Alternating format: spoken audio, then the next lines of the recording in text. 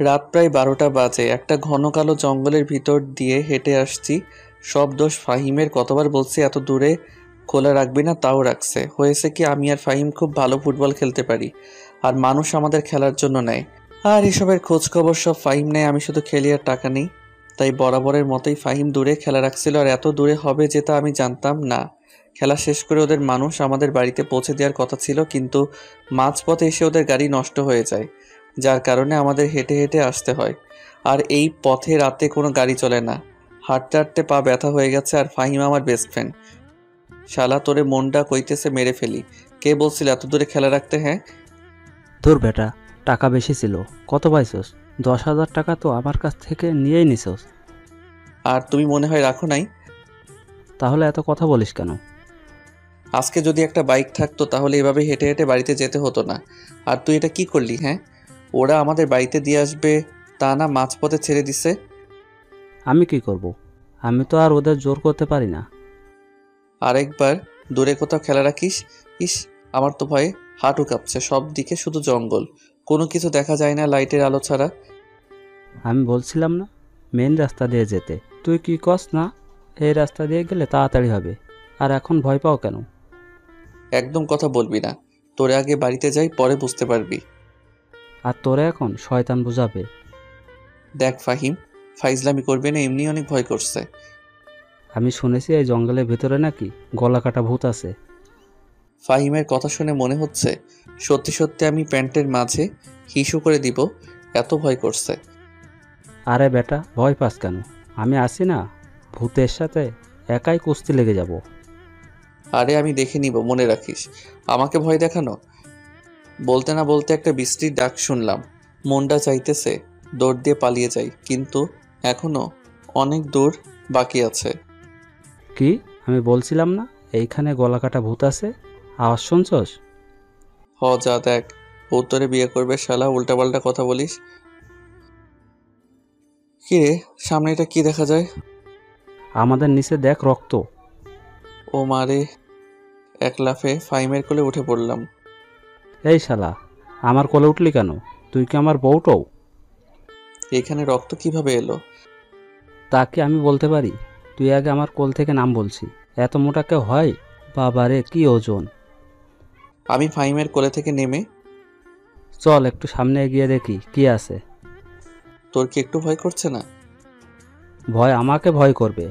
আমি কেন ভয়কে ভয় পাবো? বাবারে, তোর সাহস আছে বলতে হবে। তুই আমার পিছনে পিছনে আয়, আমি সামনে গিয়ে দেখি কি আছে। বলে ফাহিম সামনে যেতে লাগলো। ফাহিম কি জানি হাতে দিয়ে সরাতেই আমার চোখ কপালে উঠে গেল। দেখ বেচারাকে কিভাবে মারা হয়েছে। লিঙ্গ আর চোখগুলো তুলে ফেলা হয়েছে। ফাহিম, আমার খুব ভয় করছে। এগুলো ভূত হতে পারে মনে হয়। আরে এখানে ভূত টুত বলতে কিছুই নেই। এই ডিজিটাল যুগে কেউ ভূত প্রেত বিশ্বাস করে না, জানিস না? সত্যি তো, এখন কোনো ভূত নেই। তো আমি কি বলছি? তাহলে এইটা কি? এইটা আমাদের মতোই মানুষ। কিন্তু এখানে খুন করে রেখে গেল কে? আমারও মাথায় একই প্রশ্ন। এক, একে খুন করেছে কে? আর এখানে রেখে গেলই কেন? আমার মনে হচ্ছে ও কাউকে ধর্ষণ করেছে, এই জন্য লিঙ্গ কেটে ফেলে রেখেছে। পয়েন্টের কথা বলছিস? এক কাজ করো, থানায় নম্বর আছে না, কল দে। এই তোর মাথা খারাপ হয়ে গেছে? এখন যদি থানায় কল দেই তাহলে বলবে তোমরা এত রাতে এখানে কি করি, আর আমাদের সন্দেহ করবে। এর থেকে ভালো আমরা এখান থেকে চলে যাই। তাহলে ফোনে কয়েকটা ছবি তুলে নিই, দাঁড়া। তাড়াতাড়ি কর। আমি ফোনটা বের করে কয়েকটা পিক তুললাম। ফাহিম, একটা বিষয় দেখছো? কি? দেখ, ওই লিঙ্গ কেটে লিঙ্গে মরিচ দেওয়া আছে, তার মানে ওকে খুব শাস্তি দিয়ে মারা হয়েছে। আর ওর শরীরের কোনো গুলি বা ছুরির দাগ নেই, সব কয়টা কোপানোর দাগ। আর আমার কেন জানি মনে হচ্ছে এইটা চাইনিজ কুড়ালের কোপ। আমি তাই দেখছি। তুই এক কাজ কর, সবগুলো পিক বড় স্যারের কাছে পাঠিয়ে দে। তাহলে মনে হয় আমরা কোনো সূত্র পাবো। হুম, এইটা ঠিক বলছো। আচ্ছা, এখন চল, সকালে দেখবি পুলিশ এমনিই এই লাশ খুঁজে পাবে। আমাদের শুরু ঘটনা তালাশ করতে হবে, যদি স্যার আমাদের অনুমতি দেয়। ফুটবল খেলা ছেড়ে এসব করা ভালো লাগে না। নিজের লাইফ গড়তে হলে এই চাকরি করতেই হবে। হুম। হাঁটতে হাঁটতে বাড়ির কাছে এসে পড়লাম। তাহলে আমিও যাই, নাকি এখনো ভয় পাবি? আরে না, তুই আমাদের বাসায় থেকে যা আজকে। না রে, সকালে বাবার সঙ্গে একটু কাজ করব, তাই যেতে হবে। আচ্ছা যা। ফাহিম চলে যাওয়ার পর চিন্তা করছি এখন কি কলিং বেল বাজাবো নাকি বাজাবো না। এমনি অনেক রাত হয়ে গেছে, বাসার ভিতরে তো যেতে হবে, নাকি বাইরে তো আর থাকা যাবে না। তাই কলিং বেল বাজাতে লাগলাম। এই ফাঁকে আমার পরিচয়টা দিয়ে দেই। আমি শেখ লাদেন ইসলাম তানজিম। আমরা 3 ভাই বোন, আমি সবার ছোট। আমার বড় ভাই একটা বোন আছে, আর বড় ভাইয়া বিয়ে করে ফেলছে। বাবার ছোট মোটো একটা বিজনেস আছে, আর ভাইয়া কোম্পানিতে কাজ করে, আর মা গৃহিণী। এখানে এই বাসায় আমার বোনের রাজত্ব চলে। বোঝেন না, একটাই মাত্র বোন আমার। হঠাৎ দেখি দরজা খুলছে। তুই আইস তো, যা, তোর এই ঘরে কোনো জায়গা নেই। এত রাতে আমার ঘুম ভাঙালি। আরবার বলছি, এত দূরে খেলতে যাবি না, তাও তো আমার কথা শুনলি না। তুই আমার লক্ষ্মী আপু না? তুই ছাড়া আমার কে আছে বল? হয়েছে, আর পাম দিতে হবে না, আয় ভিতরে। আমি ভিতরে যেতেই আপু দরজা বন্ধ করে দিল। কিছু খাইছ তো? আপু, তোমার ভাইকে আজ মেরে ফেলছে ওই ফাহিমের বাচ্চা। এত দূরে খেলা রাখছে, শেষে ওই সামনে একটা জঙ্গল আছে না, ওইটার ভিতর দিয়ে আসতে হয়। গালে হাত দিয়ে দাঁড়িয়ে আছি। তোরে কে আসতে বলেছিল? ওখানে কোনো একটা হোটেলে থেকে চাইতি, আর যদি তোর কিছু হয়ে যেত? বলে কান্না করতে লাগলো। আসলেই আমি সবার ছোট তো, এই জন্যই সবাই আমাকে খুব আদর করে, আর সবার থেকে বেশি আপু আমাকে ভালোবাসে। আর এমন হবে না আপু। আপুর চোখের পানি মুছে দিয়ে, তুই দাঁড়া, আমি খাবার আনছি। থাক আপু, তোমাকে আর কষ্ট করতে হবে না, তুমি ঘুমিয়ে পড়ো, আমি নিজেই নিয়ে খেতে পারবো। কোনোদিন তো নিজের খাবার নিজে বেড়ে খেতে দেখলাম না, সে আবার নিজের খাবার নিজে হাতে বেড়ে খাবে। বলে আপু খাওয়া আনতে চলে গেল। আমাকে আপু খাবার বেড়ে দিতেছে। আপু তুমি খাইছো? তোর জন্য অপেক্ষা করতে করতে অনেক রাত হয়ে গিয়েছিল, তাই আম্মু আর আব্বু জোর করে খাইয়ে দিছে। কতদিন বলছি তুমি আমার জন্য অপেক্ষা করবে না, জানো না তুমি? আমি কোনো সময় আসতে পারি, আবার অনেক সময় দেরি হয়ে যায়। আর একদিন দেরি করে দেখিস, পাগুলো ভেঙে ঘরের কোনায় লাগিয়ে রাখবো। আপু, আজকে না জঙ্গলের ভিতরে একটা জিনিস দেখছি। আসলে সব কথা আমি আমার আপুর কাছে শেয়ার করি, আর আপুর কাছ থেকে বুদ্ধি নেই। কি দেখোস? এই দেখো। বলে ফোনের পিকগুলো দেখাতে লাগলাম। তোরে কে বলছে পিক তুলতে? না, ইচ্ছে হয়েছিল তাই তুলছি। ফাহিমের বাচ্চাকে আগে হাতে পেয়ে নি, আমার ভাইকে যেখানে ইচ্ছে সেখানে নিয়ে যাবে। আর তুই এসবের সম্পর্কে কিছু জানিস না, একদম ঝামেলাই জড়াবি না। আরে না, কি যে বলো না আপু, আমি এসবের মাঝে নাই। আচ্ছা আপু, তুমি পিক দেখে কিছু বুঝতে পারলা? এ গত 1 মাস আগে এই ছেলে একটা মেয়েকে রেপ করেছিল, আর যে এই কাজ করেছে খুব ভালো করেছে। তুমি কিভাবে জানো এই 1 মাস রেপ করছিল? থাকিস তো সারাদিন ফুটবলের নেশায়, দেশের খবর তো কিছুই রাখিস না, জানবি কি করে? তাহলে আমারও মনে হয় যে খুন করছে সে খুব ভালো করছে। আমার কেমন জানি এমন মনে হচ্ছে, একে সাধারণ কোনো মানুষ মারে নাই। কিভাবে বুঝলে আপু? ওর শরীরের ভেতরে মরিচের গুঁড়া আছে, দেখ কি লাল হয়ে আছে। আর পা হাতের নখগুলো তোলা ফেলা হয়েছে। আর এইটা দেখ, যেই কুড়ালা দিয়ে কোপানো হয়েছে, মনে হচ্ছে এই চাইনিজ কুড়াল বাংলাদেশে নাই। তাই তো আপু। আচ্ছা, তোমার এত বুদ্ধি কিভাবে হলো আপু? মাথা খাটালে সবকিছুই সম্ভব। আপু, আমিও না তোমার মতো বুদ্ধিজীবী হতে চাই। যা, ফুটবল খেলে বুদ্ধিজীবী হ। আমরা দুইজন বুদ্ধিজীবী আপু। তুমি হলা পড়ার বুদ্ধিজীবী, আর আমি হইলাম ফুটবল খেলার বুদ্ধিজীবী। বাংলাদেশের সরকারের উচিত আমাদের দিয়ে নতুন জিনিস তৈরি করা। কি বুদ্ধিজীবী যে তুই? মাথায় গোবর ছাড়া আর কিছুই নেই। এভাবে বলো কেন আপু? তোমার ভাই দেখিও একদিন অনেক বড় কিছু করবে। দোয়া করি ভাই, এখন যা ঘুমা। আচ্ছা আপু। বলে ঘুমাতে চলে গেলাম। আমি একটা জিনিস বুঝি না, আপু সব কিছু দেখেই বুঝে ফেলে। চিন্তা করতে করতে ঘুমিয়ে গেলাম। সকালে যখন ঘুম ভাঙলো তখন দেখি অনেক বেলা হয়ে গেছে। ফ্রেশ হয়ে বাইরে এসে দেখি সবাই টিভির সামনে কি জানি দেখছে। যেই আমি টিভির নিউজ দেখছি, একেবারে অবাক হয়ে গেলাম। একটা মেয়ে, মুখে মাস্ক লাগানো, হাতে একটা চাইনিজ কুড়াল, আর এই কুড়াল দিয়ে একটা ছেলেকে কুপিয়ে কুপিয়ে অনেকগুলো টুকরো করে এগুলো বড় একটা কড়াইতে তেল লাল টুকটুকে হয়ে আছে, সবগুলো কড়াতে ফেললে বলছে। কি অবাক হয়ে গেলেন? আমি এই শহরের লেডি মাস্তান। আজকে থেকে যাতে সবাই আমাকে ভয় পাবে, এই জন্য লাইভে আসলাম। আর কেউ যদি আমাকে ভয় না পায়, তাহলে এইভাবে মেরে কড়াইতে ফেলে ভাজি করে খাবো। পাশে অনেকগুলো মেয়ে, সবার হাতে রক্ত মাখানো, সবাই শয়তানি হাসা হাসছে। মনে হয় মাস্কের ভিতরে। আর একটু পর মেয়েটা লাইভ থেকে চলে গেল। আমি এসব দেখে কখন যে মাটিতে লুটিয়ে পড়লাম মনে নেই। যখন জ্ঞান ফিরল তখন দেখি আমি আপুর কোলে রেখে শুয়ে আছি। আম্মু আর ভাবি আমার মাথায় পানি ঢালছে। কি হলো ভাই, ঘুম থেকে উঠেই কি না কি দেখে অজ্ঞান হয়ে গেলা কেন? ভাবি একটা মেয়ে হয়ে কিভাবে একটা ছেলেকে কুপিয়ে কুপিয়ে খুন করলো? এইটার জন্য অজ্ঞান হয়ে যাওয়া লাগে? আচ্ছা ভাই, তুমি ভীতু কেন? তুই বল তো। আম্মু আমি কি ভীতু? এই, আমার ছেলেকে কেউ কিছু বলবা না। বাবা যা, এখন একটু শুয়ে থাক, তাহলে শরীর ঠিক হয়ে যাবে। বাবারে, মনে একটু সাহস রাখিস। এত ভয় পাইলে তো আর চলতে পারবি না। আমিও এটাই বলি। দূর, আমার মাথা কিন্তু গরম হয়ে যাচ্ছে তোমাদের কথা শুনে। এই সবাই চুপ কর তো। যা ভাই, তোর রুমে যা। আমি আমার রুমে এসে যেইমাত্র শুইলাম তখনই দেখি ফোনটা বাজতেছে। আমি ফোনটা হাতে নিয়ে রিসিভ করতেই, কি খবর লাদেন? আগে খবর রাখবে, এটা টিভিতে কি দেখলি? এটা খুব ভয়ঙ্কর। কিভাবে এটা করলো আমি তাই চিন্তা করছি। না জানি, স্যার কখন কল করে বসে থাকে। শেষমেশ দেখবি রহস্য আমাদেরই বের করতে হবে। আজকে তো আমি এই নিউজটাই অজ্ঞান হয়ে গেছিলাম। আমি বুঝলাম না তোরে স্যার কেন এই চাকরি দিছে, তাও আবার আমাদের তোর আন্ডারে কাজ করতে হয়।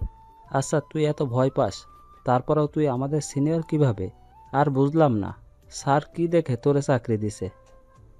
এটা তোর জানতে হবে না, সবকিছু সবার জানা লাগে না। আমি না তোর বেস্ট ফ্রেন্ড? বল না আমাকে। তুমি আমার এখন কিন্তু উল্টাপাল্টা কথা বলবো। ফোন রাখো, আমি একটু ঘুমাইবো। আচ্ছা ঘুমা, তবে বিকালে কিন্তু আমাদের মাঠে খেলা আছে। আজকেও খেলা? বিকালে রেডি থাকিস। আজকে না খেললে হয় না? না হবে না, পাড়ার খেলা বুঝিসই তো। আচ্ছা ফোন রাখো। ফোন রেখে একটু ঘুমাইতে চেষ্টা করছি। এসব দেখে একদম মাথা ব্যথা হয়ে গেছে। ঘুম থেকে উঠে বাইরে এসে দেখি আপু আর ভাবি আড্ডা দিচ্ছে। আপু যা, রেডি হয়, একটু বাইরে যাব। বাইরে যাবি তো যা, আমি কেন যাব? এত কথা বলিস না তো, যা রেডি হ, পরে তোরে বলবো। আমি কেন বাইরে তোর সাথে যাব? এইটা বলবি তো নাকি? সারপ্রাইজ মনে কর। তুই রেডি হ, যা রে বোন। যাও, এত করে যেহেতু বলছে। তোরে মনটা চাইতেছে। হি হি হি। আসলে আপুর ফোনটা এত বেশি ভালো না, আর আপু ফোন কিনতে চায় না, তাই আমি আজকে আপুকে ফোন কিনে দিব। যা ভাই, আমার জন্য কিন্তু ফুচকা নিয়ে এসো। তোমার জন্য বাজার থেকে কুত্তারও গু কিনে আনবো। ছি ছি, কী সব বলো না। আর আমার হাতে মাইন না খেতে চাইলে নিয়ে আসবি কিন্তু মনে করে। হ, সবাই খালি আমাকে মারে, আজকে আমি সবার ছোট বলে। কে আমার ভাইকে মারে? কেন আমি মারবো? তাহলে আমি একটা লাঠি আনবো, ভাবি যাতে তুমি মারতে পারো। আপু তুই যেও, ধর আজকে আর বাইরে যাব না। এখন কিন্তু সত্যি সত্যি মাইর খাবি। চল বলছি। হ চল আপু। বাইরে এসে সরাসরি একটা মার্কেটে ঢুকলাম। ফোনের দোকানে গিয়ে আপুর জন্য একটা ভালো ফোন কিনে বাড়ির দিকে আসছি।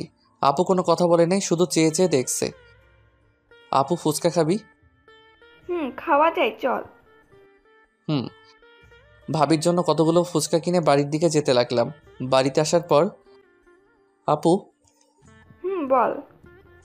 এই নে, এই ফোনটা তোর জন্য কিনছি। কে একটা ভাঙা ফোন চালাস? আসলে আম্মু ঠিকই বলতো, তোর ভাই এখন বড় হয়ে গেছে। তাহলে কি আমি সারা জীবন ছোট থাকবো? কিন্তু তুই এত টাকা কিভাবে পেলি? ফুটবল খেলে জমিয়েছি। আপু এসে আমাকে জড়িয়ে ধরে। অনেক অনেক ধন্যবাদ আমার ছোট ভাই। আচ্ছা ধন্যবাদ দিতে হবে না। ভাবি এই নাও তোমার ফুচকা। দাও দাও। ভাবিকে ফুচকা দিয়ে রুমে এসে রুমের দরজাটা ভালো করে বন্ধ করলাম। কম্পিউটার অন করে খুঁজতে লাগলাম কে বা কারা এই মেয়ে গ্যাং লিডার। আমি বড় স্যারের কাছে কল দিলাম। এই স্যার আবার খুব ভালো, আমাকে নিজের ছেলের মতো দেখে। আসসালামু আলাইকুম, কেমন আছেন স্যার? এই তো আলহামদুলিল্লাহ, তবে এখন থেকে আর ভালো নেই।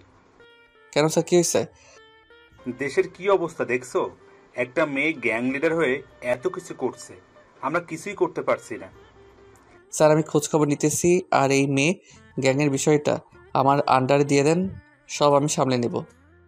আমি জানতাম তোমার মতো মানুষ দ্বারাই সম্ভব।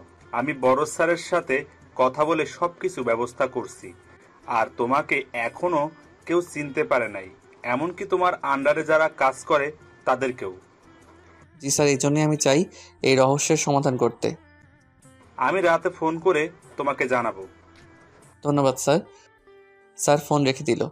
আজ অনেকদিন পর একটা রহস্যময় মিশন পাবো ভাবতেও খুব ভালো লাগছে। রহস্যের সাথে আরও রহস্য। বিকেলে রেডি হয়ে যেই বাসা থেকে বের হব তখন থেকে আম্মু সামনে এসে বলল, কিরে বাবা, কই যাস? পাড়ায় ফুটবল খেলা আছে, যেতে হবে।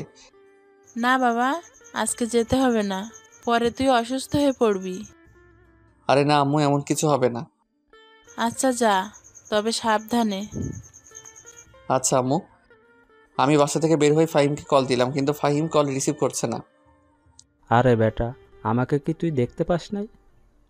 ও, তুই তাহলে এখানে? তোরে নিতে আইছিলাম, যদি তুই না যাস। সাবধান, আমার আপুর সামনে যাবি না, তাহলে কিন্তু তোরে এমন মাইট দিবে শেষ করে ফেলবে।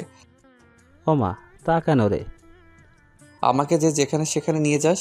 আর ওই দিন রাতে দেরি করে বাসায় গেছি দেখে আপু অনেক রেগে গেছে। এসব দোষ মনে হয় আমার?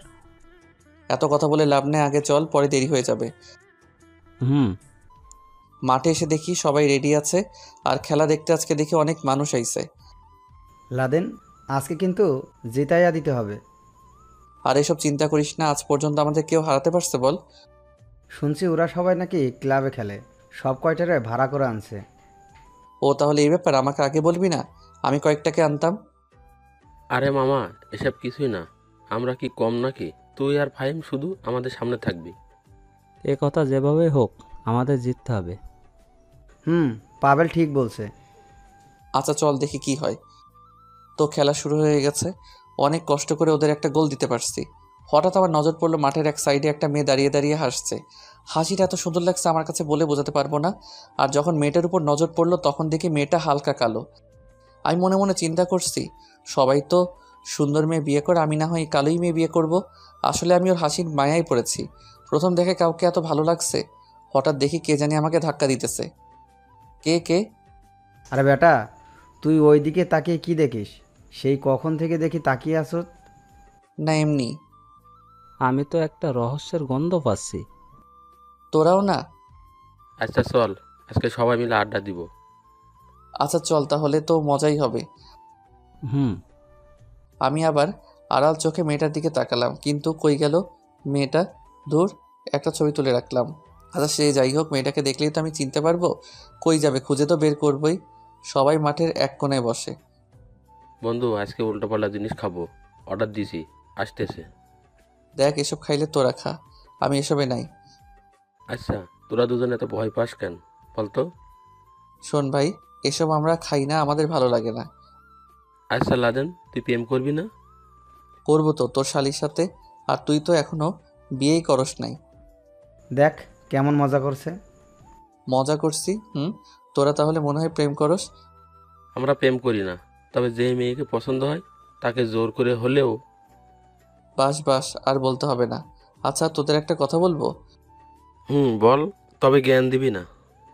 তোরা যে মেয়েদের সাথে এসব করস, এসব তো ধর্ষণের কাতারে পড়ে। তোদের কি একটু দয়া করে না? আমি এসব করি না, ওই পাবেল আর সুমন। এসব করা ভালো না, জানিস না একটা মেয়ে কত অসহায়। অসহায় তুই কাকে বলছিস? যখন একটা মেয়েকে প্রপোজ করি তখন তাদের ডিমান্ড বেড়ে যায়। আর যদিও প্রেম করে ফেলি তাহলে দেখবি তলে তলে টেম্পো চালাই। আরও কয়েকটা আছে, তাই আমরা যা করি সব ঠিক কাজ করি। একদিন এর হিসাব বুঝবি। তোরা আমাদের বন্ধু, বন্ধুর মতো থাকবি, আর অন্য কিছু একদম বলবি না। না রে ভাই, তোদের জ্ঞান দেওয়ার মতো আমরা আবার কে? এই তো চলে আসছে। তোরা খা। আমি আর ফাহিম বসে বসে ফোন টিপতে লাগলাম। অনেক রাত হয়ে গেল, এখন চল। তোরা নিজেদের কন্ট্রোল করতে পারবি নাকি ধরা লাগবে? কত খেয়েছি এগুলো তার হিসাব নেই, আর আমরা নিজেরাই কন্ট্রোল করতে পারি, এখন অভ্যাস হয়ে গেছে। ভালো, এখন চল। আমরা মেইন রাস্তা দিয়ে হাঁটতে লাগলাম। হঠাৎ পাভেল বলল, চল বাড়িতে যেতে, যেন তাড়াতাড়ি হয়ে অন্য একটা রাস্তা দিয়ে যাই। তাই করতে, নইলে আবার দেরি হয়ে যাবে। অন্য একটা রাস্তা দিয়ে যেতে লাগলাম। চারপাশে কিছু গাছ ঝোপঝাড়ও আছে। হঠাৎ সামনে দেখি দুইটা মেয়ে বাইক নিয়ে কই জানি যাইতেছে। পাভেল আর সুমন মেয়েগুলোকে থামিয়ে বলল, আপু, আপনাদের কাছে কোনো দড়ি হবে? মেয়েগুলো ভয়ে ভয়ে বলল, ভাইয়া আমাদের যেতে হবে। আপু, বিশ্বাস করতে পারেন, আমরা আপনার কিছু করব না, শুধু একটা দড়ি দিয়ে দেন। মেয়েগুলো বাইকের পিছন থেকে একটা লবরের মতো কি জানি দিল। আপু, আপনারা চলে যান। আর এই রাতের বেলায় কই যান? একটা বান্ধবীর বাড়িতে। আচ্ছা ভাইয়া, আমরা এখন যাই। 1 মিনিট, লাদেন আর ফাহিম, একটু সাইডে আয় তো, তোদের সাথে কিছু কথা আছে। আচ্ছা যাবো, তার আগে মেয়েগুলো চলে যাক। আরে বলছি তো যাবে, তুই একটু এইদিকে আয়। বলে পাভেল আর সুমন আমাকে আর ফাহিমকে একটা গাছের সাথে তাড়াতাড়ি বেঁধে ফেললো আর কাদির মেয়েগুলোকে আটকে রাখছে। তবে মেয়েগুলো যাওয়ার জন্য খুব চেষ্টা করছে। কিরে, আমাদের এখানে আটকে রাখলি কেন? তোরা আমাদের পথের কাঁটা, তোদের জন্য মেয়েগুলোর সাথে কিছু করতে পারবো না, তাই তোদের আগে বেঁধে ফেলেছি। দেখ পাভেল, এমন করবি না মেয়েগুলোর সাথে, ওদের ছেড়ে দে। আমাদের কাজই এটা। চুপ করে দেখ, কথা বললে জায়গা মতো দিব। পাভেল, আমি না তোর বন্ধু, বন্ধুত্বের দোহাই দিয়ে বলছি, প্লিজ মেয়েগুলোকে ছেড়ে দে। পাভেল একটা রাইফেল ধরে আমার মাথায় বলল, এটা দেখছো কি? কোনো কথা বলবি না। বলে মেয়েগুলোর কাছে গেল। মেয়েগুলো বাঁচার জন্য খুব চেষ্টা করছে, কিন্তু 3 জন ছেলের সাথে কিছুতেই পারতেছে না। মেয়েগুলোর কাপড় টেনে টেনে ছিঁড়ে ফেলছে। হঠাৎ কোথায় থেকে 5টা বাইক এলো, যার কারণে ওরা মেয়েগুলোকে ছেড়ে দিল। যারা বাইক নিয়ে এসেছে সবগুলো বাইক থেকে নামার পর আমি তো দেখে অবাক হয়ে গেলাম, কারণ এগুলো হলো ওই মেয়ে গ্যাং লিডার, মুখে সেই একই মাস্ক পরানো। লাদেন, আমি কি স্বপ্ন দেখছি? না, এরা সত্যি সত্যি মেয়ে গ্যাং লিডার, কিন্তু ওরা কিভাবে জানে এখানে যে ধর্ষণ হবে? ভালো হয়েছে ওরা এসেছে। মেয়েদের গ্যাংগুলো নেমে কোনো কথা নাই পাভেলের ঘাড় বরাবর দিল এক কোপ। পাভেল গলাকাটা মুরগির মতো লাফাইতেছে। 3 জনকে এভাবে কুপিয়ে মেরে ফেললো। অন্য মেয়েগুলোকে বলল চলে যেতে। মেয়েগুলো যাওয়ার আগে আমার আর ফাহিমের বাঁধনগুলো খুলে দিয়ে বলল, ধন্যবাদ, আপনারা আমাদের বাঁচাতে অনেক চেষ্টা করছেন। আর মেয়ে গ্যাংগুলো সব কয়টা লাশ নিয়ে চলে যাচ্ছে। লাদেন, লাশগুলো তো নিয়ে যাচ্ছে। নিয়ে যেতে দে, ওই দেখিস আগের রাতের মতোই জঙ্গের ভিতরে পাবি ওদের লাশগুলো। তুই কিভাবে জানিস? ওদের সম্পর্কে এখন অনেক কিছু জানি। কিন্তু আমাদের চোখের সামনে আমাদের 3 বন্ধুকে খুন করে ফেললো। ভালো করছে। ওদের মতো বন্ধু বেঁচে থাকলে জানি না আরো কত মেয়েকে এভাবে নষ্ট হতে হতো। আমাদের তো ওদের খুঁজে বের করা উচিত। না, ওদের কাজ তুই ওদের করতে দে। আমরা পুলিশ যা পারি না ওরা তা করে দেখায়। হরে, আমার তো লজ্জা হয় এই চাকরি করে। চল বাড়িতে যাই, আর ওদের কথা যদি কেউ জিজ্ঞেস করে বলবি আমাদের আরো অনেক আগে চলে গেছে। চল। বাড়িতে আসার পর কলিং বেল বাজাতেই আপু এসে দরজা খুলে দিল। এই তুই আজকে আবার দেরি করে এলি কেন? কতবার বলছি এত রাত করবি না। আসলে আজকে একটু সমস্যা হয়ে গেছিল আপু, এই জন্য। কি হয়েছে? পরে বলবো আপু, এখন আমার মাথা খুব ব্যথা করছে, আমি এখন ঘুমাবো। আচ্ছা যা। রুমে এসে ঘুমিয়ে গেলাম। সকালে যখন ঘুম ভাঙলো তখন ফ্রেশ হয়ে বাহিরে এসে দেখি টিভিতে আবার সে একই নিউজ চলছে, রাতে যাদের মারা হয়েছে। এ আর নতুন কি, তাই আর টিভিতে চোখ দিলাম না। আমি টেবিলে বসতেই মা এসে নাস্তা দিল। কিভাবে দিনে দিনে খুনের সংখ্যা বেড়ে যাইতেছে দেখতেছো? বাবা, এখন দেখছো না আমাদের পাড়ার ছেলেগুলোকে মেরে ফেলছে? আমি মনে মনে চিন্তা করছি কেন মারছে। এটা তো আর তোমরা জানো না, জানলে হয়তো বুঝতে পারতা। বিকালে বাসা থেকে বের হয়ে ফাহিমকে আসতে বললাম, একটু পর ফাহিম এসে গেল। লাদেন, এভাবে আর চলতে দেওয়া যাবে না। কেন, কি আবার চলতে দেওয়া যাবে না? এই মাফিয়া গ্যাং লিডারদের ধরতে হবে, নইলে আস্তে আস্তে দেশের পরিস্থিতি আরও খারাপ হবে। ধরতে পারি আর নাই বা পারি, তবে এই মাফিয়া লিডাররা আমার মতো কখনোই খারাপ কাজ করে না। তুই দেখলি না, ওরা যারা মানুষের সাথে খারাপ কিছু করতে চায় ওদেরকেই মারে। বড় স্যার ফোন করেছিল নাকি? না রে, বলছিল জানাবে কিন্তু এখনও বলে নাই। তাহলে তুই কল দে। আরে কয়েকটা দিন তো ঘুরি মন মতো। তোরে আমি আজও বুঝতে পারি নাই। আচ্ছা বলতো, আমরা নিজেরাই নিজেদেরকে লুকিয়ে রাখছি কেন? ভাই শোন, তোর এত কথা শুনতে পারবো না, চল আজকে ফুচকা খাবো। আমার কাছে কোনো টাকা নাই, সব টাকা তুই দিবি। আচ্ছা দিব না, তাও চল। মেয়েদের মতো তুই ফুসকার জন্য এত পাগল কেন বুঝি না। দেখ ফাইমের বাচ্চা, আর কথা বলবি না, এখন চল। তো আর কিভাবে চলবো বল একটু, হাঁটতেছি হইতেছে না। তোর সাথে কথা বললে আমার মাথা গরম হয়ে যাবে। ফুচকার দোকানে এসে 2 প্লেট ফুচকা অর্ডার করে দাঁড়িয়ে আছি, হঠাৎ নজর পড়লো একটু দূরে। আরে এটা তো সেদিনের মেয়েটা। কি পছন্দ হয় নাকি? আরে বেটা পছন্দ হয় মানে, এটা তো তোর ভাবি। ভাবি মানে? আরে এই মেয়েটাকে সেদিন ফুটবল খেলায় প্রথম দেখায় প্রেমে পড়ে গেছি। তো এখনো দাঁড়িয়ে আছোস কেন? তো দাঁড়িয়ে থাকবো না তো কি করব? হ্যাঁ আরে বেটা তাড়াতাড়ি প্রপোজ কর, নইলে আজকে আবার চলে যাবে। ও ভালো একটা কথা বলছস, কিন্তু ফুল পাবো কই? ফোন থেকে যে কোনো একটা ফুল বের করে প্রপোজ করে ফেলবি। আচ্ছা। ভয় ভয় মেয়েটার কাছে গেলাম। বান্ধবীদের সাথে মেয়েটা কথা বলছিল, আমাকে দেখে। কিছু বলবেন? বলতে তো চাই অনেক কিছুই। মানে? আচ্ছা প্রথমেই আপনার নামটা জানি, আপনার নাম কি? বান্ধবীগুলো বলল, এই মিতু, চল তো, এখানে দাঁড়িয়ে থাকা যাবে না। ও তার মানে আপনার নাম মিতু, খুব সুন্দর নাম। আর আমার নাম শেখ লাদেন। আর একটু দাঁড়ান, আপনাকে একটা কথা বলার ছিল। তাড়াতাড়ি বলেন, কি বলবেন? আপনাকে যে আমি পছন্দ করি সেটা জানেন? কি? সত্যি। এখন মনে হচ্ছে আমার বুকে অনেক সাহস জমে গেছে। আজকে আমাকে মাত্র দেখালেন, আবার বলেন পছন্দ হয়েছে? না, আপনাকে আমি ওই কালকে ফুটবল খেলায় দেখছি, কিন্তু পরে আপনি চলে গেলেন। দেখুন, এসব আমি মোটেও একদম পছন্দ করি না। তোমাকে আমি রানী করে রাখবো। বাবা, প্রপোজ না করে সরাসরি বিয়ের কথা বলছেন? I love you. এটা তো শুধু সিম্পল, এইভাবে কেউ প্রপোজ করে? বাকিটা না হয় বাসর ঘরে করব। কিন্তু আমি দেখতে যে সুন্দর না? আমার কাছে আপনি বিশ্বসেরা সুন্দরী। আমার থেকে এখানে আরো অনেক সুন্দর সুন্দর মেয়ে আছে। জানেন পৃথিবীতে মেয়ের সংখ্যা কত বেশি? ছেলেদের সংখ্যার চেয়েও বেশি। একটা ছেলে যদি 4টা করে বিয়ে করে, তারপর অনেক মেয়ে থেকে যাবে ছেলের অভাবে।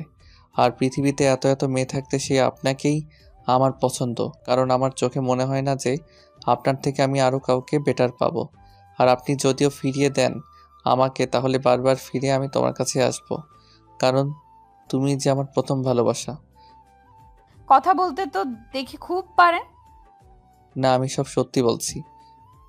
আমাকে বিয়ে করলে সবাই বলবে আপনার বউ কালো। মানুষের কথায় আমার কিছু যায় আসে না। কিন্তু আমি যে ভালো না। আমার ভালোবাসা দিয়ে ভালো করে দিব। আমি একটা খারাপ মেয়ে।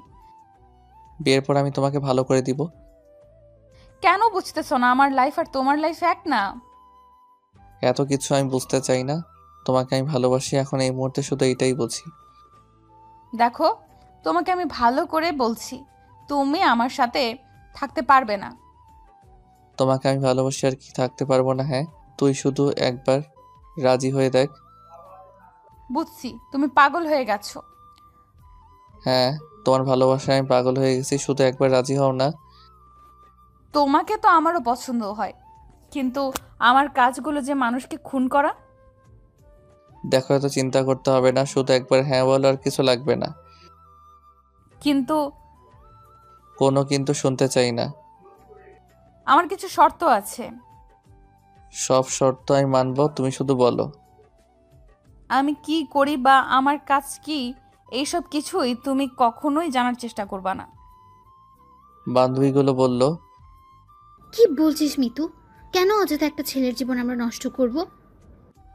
সব কিছুতেই আমি রাজি, এখন তো বলো হ্যাঁ কি না। I love you too. আমাকে কে আর পায়? মিতুকে জড়িয়ে ধরলাম খুব জোরে। আহা, জড়িয়ে ধরার যে কি একটা ফিলিংস, জানলে আরো আগে কারোর সাথে প্রেম করে ফেলতাম। এই এই কি করছো? ছাড়ো বলছি। আমি মিতুকে ছেড়ে দিলাম। আমার অনুমতি ছাড়া কখনোই আমাকে টাচ করবা না। গার্লফ্রেন্ডকে জড়িয়ে ধরতে আবার অনুমতি লাগে? হ্যাঁ, লাগবে। আচ্ছা, সমস্যা নেই, ধরবো না। তবে এখন কি তোমার পাশে আমি বসতে পারি? মিতু আমার চোখের উপরে তাকিয়ে আবার নিচে তাকিয়ে বলল। বসো। আমি কি মিতুর শরীরের সাথে আমার শরীর মিশিয়ে বসলাম। তোমাকে একটা কথা বলবো? বলো। তোমার পায়ের উপর কি আমি একটু শুইতে পারি? না, এটা কিন্তু বেশি বাড়াবাড়ি হয়ে যাবে। আমি বুঝলাম তুমি কখনই বলবা না, তাই আমি মিতুর কোলে মাথা রেখে শুয়ে পড়লাম। জানো, আজকে আমি আমার ভালোবাসার মানুষকে আমার নিজের করে পাইছি। আজ আমি অনেক অনেক খুশি। মিতু মনে মনে বলল। তোমাকে ভালোবাসতে মন তো চায় আমারও, কিন্তু আমার হাত পা যে বাঁধা, তোমাকে তো আর মিথ্যে ভালোবাসার আশা দিতে পারি না। কি চিন্তা করো তুমি একটু পর পর? না না, কিছু না। তোমার ভালো লাগছে না? লাগছে। আচ্ছা, আমাকে পেয়ে তুমি খুশি তো নাকি?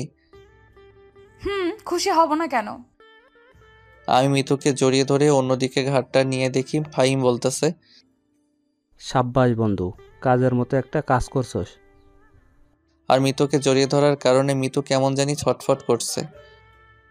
কি হয়েছে? না না, কিছু না। হঠাৎ কোথায় থেকে 10-11টার মতো পুলিশের গাড়ি এসে আমাদের চারদিক ঘিরে ফেলছে। সব কয়টা পুলিশ গাড়ি থেকে নেমে রাইফেল আমাদের দিকে তাক করে আছে। আমি লাফ দিয়ে উঠে পড়লাম। বড় স্যার মাইক দিয়ে বলছে। দেখো মিতু, তুমি যে গ্যাং লিডার আমরা সব জেনে গেছি, আর তোমার সম্পর্কে আরো অনেক তথ্য আছে আমাদের কাছে। আশা করি তুমি আমাদের কাছে আত্মসমর্পণ করবে। আর লাদেন, তুমি এদিকে আসো। বিশ্বাস করেন ভাই, কয়েক মিনিটের জন্য আমি মনে হয় মারা গেছি। কি শুনলাম নিজের কানে মিতু নাকি গ্যাং লিডার, আর আমি কিনা শেষমেশ একটা গ্যাং লিডারের সাথে প্রেম করছি। মিতুর বান্ধবীগুলো বলল। আমরা আগেই বলেছিলাম এখান থেকে চল, এখন কি করবি? সবাই যেহেতু জেনে গেছে আমি গ্যাং লিডার, তাহলে তো একটু দেখাতেই হয় আমার পাওয়ার। দেখো মিতু, আমি তোমাকে ভালোবাসি, কিন্তু তুমি যে সেই গ্যাং লিডার তা আমি জানতাম না। তুই শুধু আত্মসমর্পণ করো, আমি তোমাকে নির্দোষ প্রমাণিত করব, আর তোমাকে বিয়েও করব। আমার তো এখনো অনেক কিছু করার বাকি, আর তোর ভালোবাসা, আমার জীবনে কোনো ভালোবাসা নেই। তাহলে এতক্ষণ যে বলছিলে? মিতু, আমাকে গুলি করতে বাধ্য করবা না। মিতু আমার কাছে এসে আমার কপালে বন্দুক ধরে। কেউ আর এক পা এগোলে ওর কপালে গুলি করব। আমি শুধু মিতুকে তাকিয়ে দেখছি কিভাবে ও পারল আমার মাথায় রাইফেল ধরতে। এই সবাই রাইফেল নিচে নামাও। মিতু আমাকে নিয়ে একটা গাড়িতে তুলল। লাদেনকে নিয়ে যাও, তোমাকে ছেড়ে দিব। আমি তো এত বোকা না। লাদেন, তুই ভয় পাস না, আমরা আসতেছি, তুই চিন্তা করিস না। মিতুর বান্ধবী গাড়ি চালাচ্ছে আর আমি মিতুর দিকে তাকিয়ে আছি। মিতু ভালোবাসার এই প্রতিদান দিলে? ভালোবাসা কিসের রে? আমার জীবনে কোনো ভালোবাসা নাই।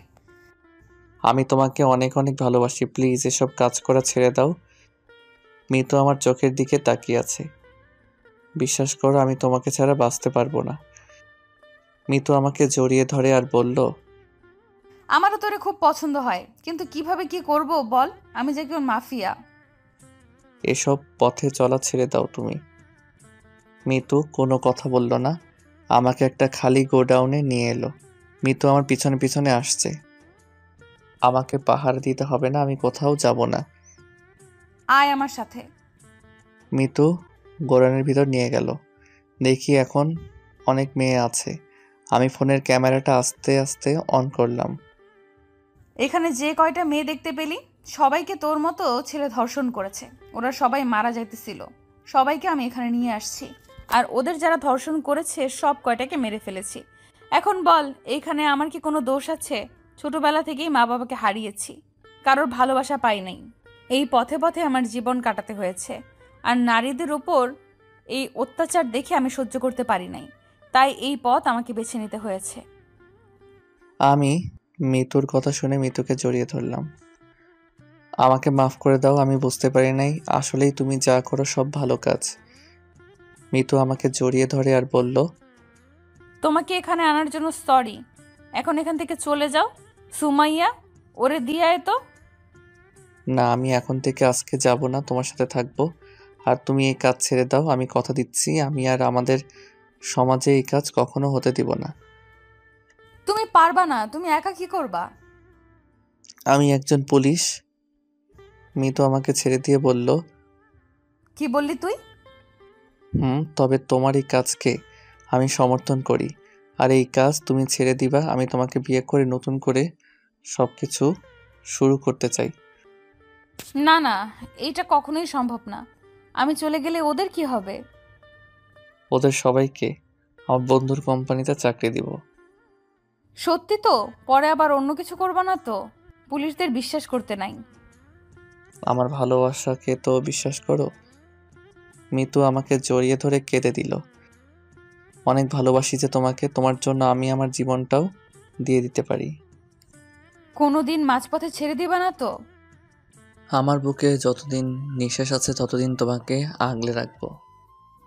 আমার মতো একটা এতিম মেয়ের জন্য এত কিছু কেন করছো?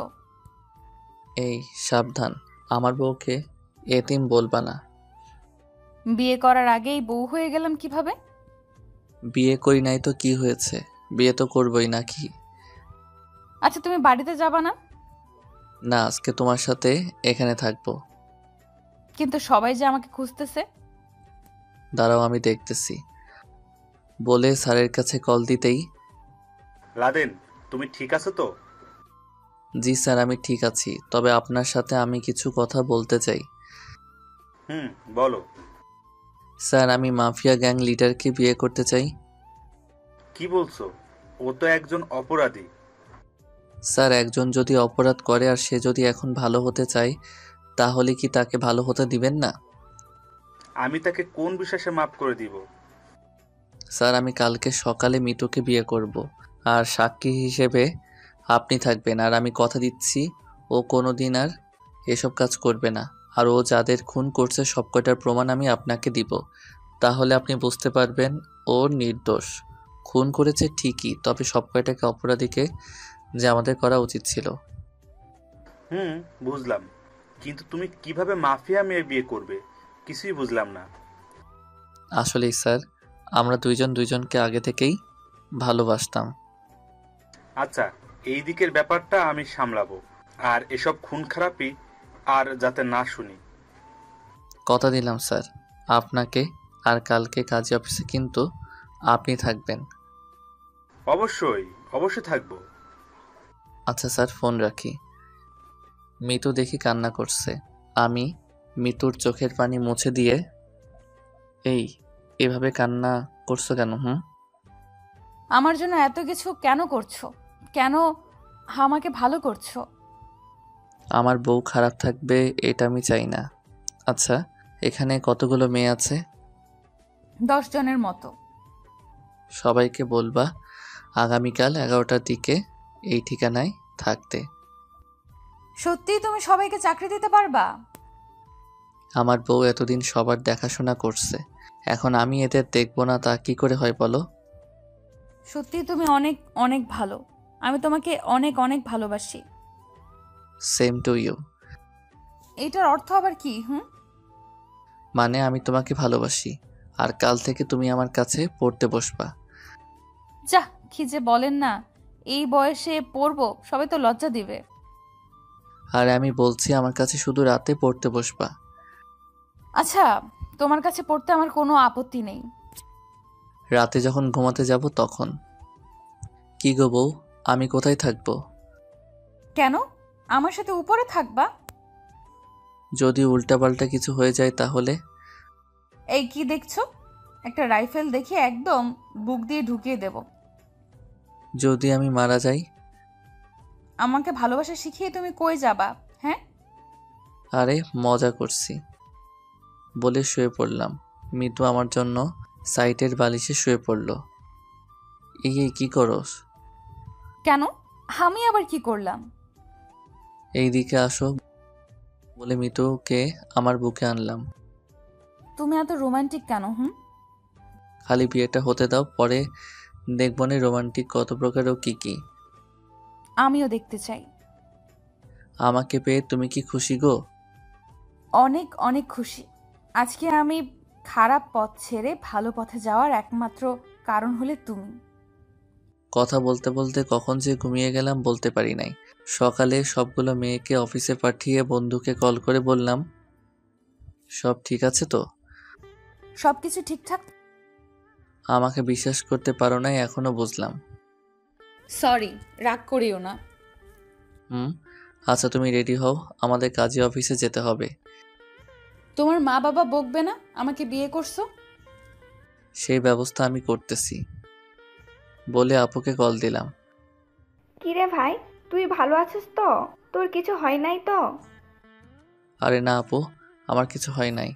আর তুমি এখন কই আপু? আমি তো বাড়িতে। তাড়াতাড়ি আমাদের পাড়ার কাজী অফিসে চলে আসো। কেন রে ভাই, আজ আবার কার বিয়ে? আরে আপু এসে দেখবানে। তুমি আসো তো। আচ্ছা। ফাহিম আর স্যারকে বললাম আসতে। বেবি চলো, এখন সবাইকে বলছি আসতে। আমার না খুব ভয় করছে। তুমি এক কাজ করো, আপু আসতে আপুকে সালাম করবা আর আপুর মন জয় করার চেষ্টা করবা, তাহলে সব ঠিক হয়ে যাবে।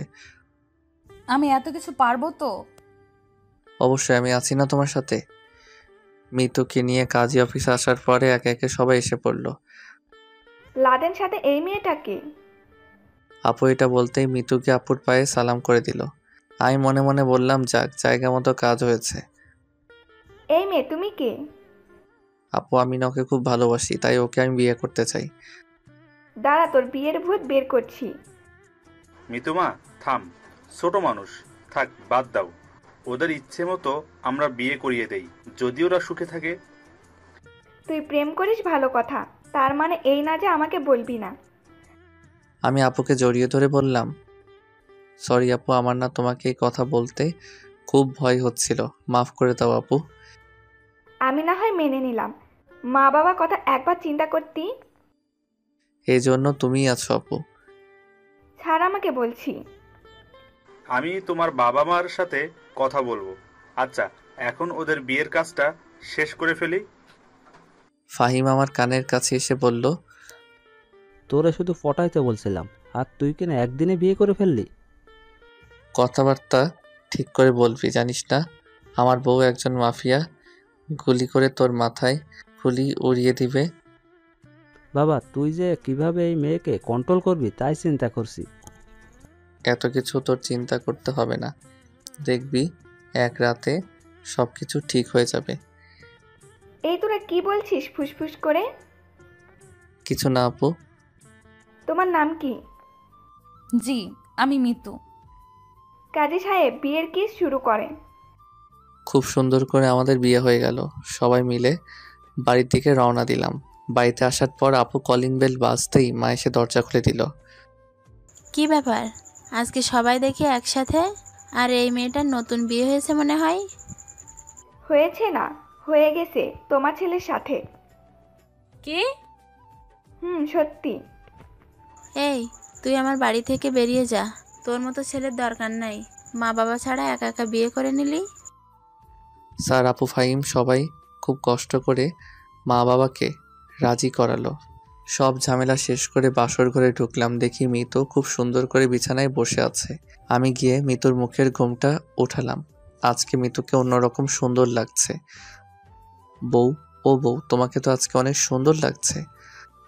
এতটা সুন্দর আমি না। আমার কাছে তো সুন্দর, নাকি?